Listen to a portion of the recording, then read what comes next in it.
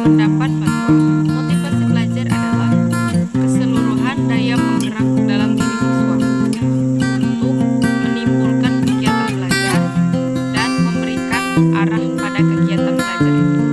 Maka tujuan yang dikehendaki siswa dapat tercapai. Sedangkan menurut Sarkiman 1988 halaman 75 mengatakan bahwa motivasi belajar adalah keseluruhan daya penggerak dalam diri siswa yang menimbulkan kegiatan belajar, yang menjamin kelangsungan dari kegiatan belajar, dan memberi arah pada kegiatan belajar, sehingga tujuan yang dikehendaki oleh subjek belajar itu tercapai.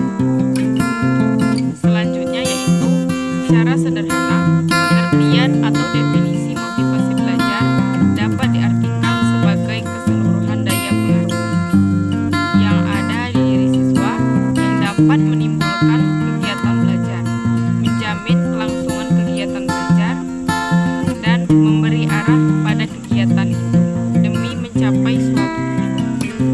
Motivasi belajar mengandung peranan penting dalam menumbuhkan gairah atau semangat dalam belajar, sehingga siswa yang bermotivasi kuat memiliki energi yang banyak untuk melakukan kegiatan belajar. Hal ini dikemukakan oleh Winkel 1991 halaman 90. Berdasarkan pendapat tersebut dapat diambil kesimpulan bahwa motivasi belajar adalah dorongan atau kekuatan dalam diri siswa yang menimbulkan kegiatan serta arah belajar untuk mencapai tujuan yang dikehendaki oleh siswa. Terima kasih.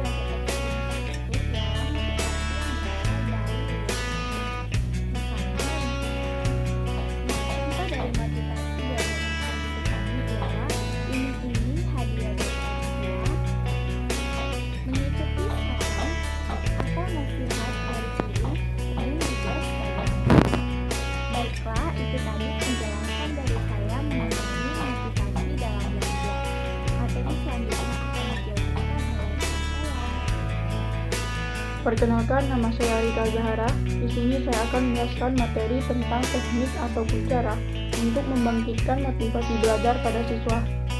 Adapun cara-cara untuk meningkatkan motivasi belajar pada siswa, yang pertama yaitu menggunakan metode pembelajaran yang tepat dan beragam. Maksudnya di sini dengan cara meningkatkan motivasi belajar siswa dengan menggunakan metode pembelajaran yang beragam. Hal tersebut bertujuan untuk menghilangkan kebosanan siswa saat berlangsungnya kegiatan belajar mengajar.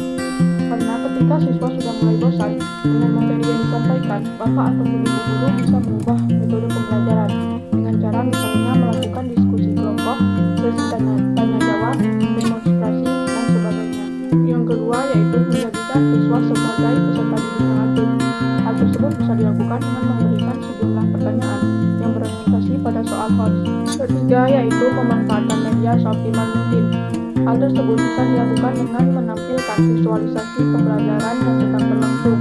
Karena melalui visualisasi, siswa akan lebih mudah untuk memahami suatu materi.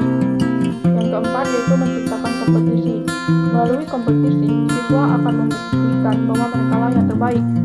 Agar menjadi yang terbaik, siswa akan dituntut untuk terus belajar, sehingga kondisi tersebutlah yang nantinya akan bisa meningkatkan motivasi belajar siswa. Kelima yaitu mengadakan evaluasi secara berkala.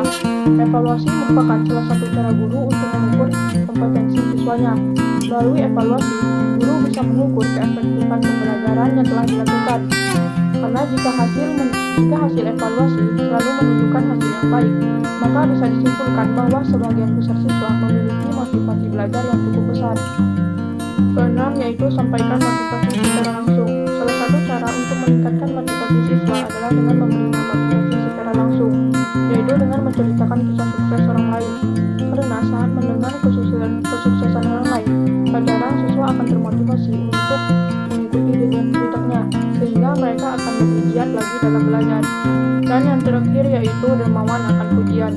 Pujian merupakan ucapan yang bisa memberikan sentuhan positif secara verbal. Contohnya, guru bisa memberikan apresiasi berupa pujian pada siswa yang berhasil menyelesaikan tugasnya dengan baik. Dengan demikian, siswa tersebut akan terus termotivasi untuk menjadi yang terbaik di hadapan gurunya.